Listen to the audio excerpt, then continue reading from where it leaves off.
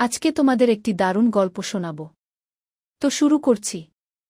আমি মন্টু শেখ, একমাত্র ছেলে আঞ্জু শেখ ও আমার বেগম হাসিনা নিয়ে আমাদের পরিবার। ছেলে আঞ্জু সৌদি আরবে কাজ করে, ভালোই টাকা ইনকাম করে, বড় হয়েছে, তাই শাদি দিতে হবে। মেয়ে দেখাশোনা শুরু করে দিলাম। পেয়েও গেলাম এক অপরূপ সুন্দরী মেয়ে। ছেলে সৌদি আরব থেকে এলো, দেখে তারও পছন্দ হয়ে গেল। খুব ধুমধাম করে শাদি হয়ে গেল। 7 দিন থাকার পর ছেলে আঞ্জু সৌদি চলে গেল। কাজের খুব চাপ, তাই যেতেই হবে। বাড়িতে এখন আমরা 3 জন, আমি, আমার বেগম আর বহু। বহু শাড়ি পরেই থাকত, অপরূপ সুন্দরী লাগত তাকে। উচ্চ বুক, পাতলা কোমর, সুডোল নিতম্ব, কি আর বল ভাই, যতবারই দেখতাম লুঙ্গি টাইট হয়ে যেত। আমার বয়স 40। আমার বেগমের দেওয়ার ইচ্ছা ফুরিয়ে গিয়েছে। আমার মনের মধ্যে পাপ বাসা বাঁধল। যে করে হোক বহুর সঙ্গে মজা করতে হবে। আমি মনে মনে ভাবলাম, আর এতে পাপি বা কি, বহুর ও স্বামী নাই, ওরও দরকার, আমার বেগম তো পারেই না, আমারও দরকার। তাহলে দুজনেই নিজের নিজের দরকার পুষিয়ে নেব, তাতে পাপের কি আছে। একদিন আমি বৌমার বাথরুমের পাশ দিয়ে যাচ্ছি, একটা অদ্ভুত আওয়াজ শুনে আমার কাজ শিউরে উঠল। ভেতর থেকে শব্দ আসছে, ওহো ওহো, আহা আহা। বাথরুমের দরজায় একটা ফুটো ছিল, তাতে চোখ রেখে ভেতরের সমস্ত দৃশ্য দেখতে পেলাম। বহু সবকিছু খুলে একটা লম্বা সবজি নিয়ে খেলা করছে, আর মুখ দিয়ে শব্দ বেরিয়ে আসছে, উহ উহ আহ আহ। এই দৃশ্য দেখে আমার লুঙ্গি টাইট হয়ে গিয়েছে, হৃৎপিণ্ডটা ধকধক করে যেন বাইরে বেরিয়ে আসতে চাইছে।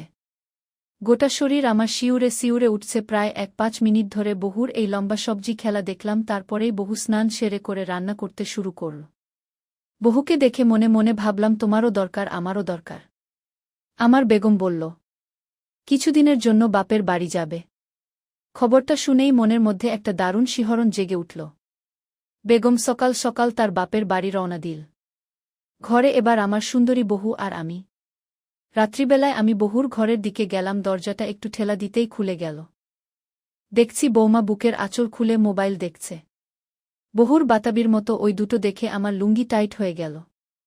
বহু আমাকে দেখে তাড়াতাড়ি উঠে বসল। আব্বু, আপনি এত রাত্রে বেলায় কিছু দরকার আছে নাকি? বহু আমার টাইট লুঙ্গির দিকে তাকিয়ে আছে। আমি বললাম, বহু, ঘরের দরজায় খিল বন্ধ করনি কেন? বহু বলল, আম্মু বাড়িতে নেই, আপনি একাই ঘরে আছেন। যদি কিছু দরকার হয় তার জন্য আমি আমার দরজায় খিল দেইনি। বহু তখন আমার টাইট লুঙ্গির দিকে তাকিয়ে আছে এক দৃষ্টিতে। বহুর ফর্সা গায়ের রং হালকা লাল হয়ে গিয়েছে, ঠোঁট দুটো রক্তিম হয়ে গিয়েছে। আমি কিছু না বলেই বহুর পিছন দিক থেকে বাতাবি দুটোকে চেপে ধরলাম। বহু বলতে লাগল, এটা কি করছেন আব্বু, এটা কি করছেন?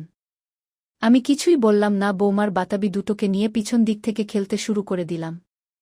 কিছুক্ষণের মধ্যেই বহুর বাতাবি দুটো কেমন শক্ত এবং খাড়া খাড়া হয়ে উঠল। বহুর চোখ দুটো বুজে এলো। আমি আরও বেশি বেশি করে বহুকে আদর করতে লাগলাম, সবকিছু খুলে দিয়ে। বহুর নিচের দিকে হাত দিয়ে দেখি জলে ভিজে গিয়েছে। আমি বুঝতে পারলাম আমার বহু আমার টাইট লুঙ্গি ঢিল করতে চাইছে। আমি বহুর পা দুটো চেয়েছি সরিয়ে ফাঁক করে দিলাম। এরপর লুঙ্গির ভেতর থেকে কলাটা বার করে বহুর ওই মুখে দিতেই বহু আমাকে চেপে ধরে পুরো কলাটায় মুখের ভিতর নিয়ে নিল।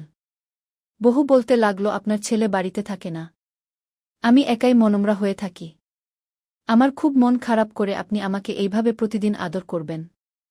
প্রায় আধ ঘন্টা খেলা করার পর বহুর মুখে যা কিছু ছিল বার করে দিল, আমিও ভেতরে ঢেলে দিলাম। এইভাবে প্রতিদিনই আমাদের খেলা চলতে থাকল। 9 মাস পরে একদিন ছেলেকে ফোন করে বললাম, তুই তো বাপ দারুণ শক্তিমান, 7 দিনের কাজ করে দিয়েছিস। ছেলে নিজেকে দারুণ শক্তিমান ভাবল। ছেলে বল, হ্যাঁ বাপ, আমি তোমার মতোই শক্তিমান। ছুটি নিয়ে তাড়াতাড়ি আসিস, নাতি হয়েছে, সবাইকে মিষ্টি খাওয়াতে হবে।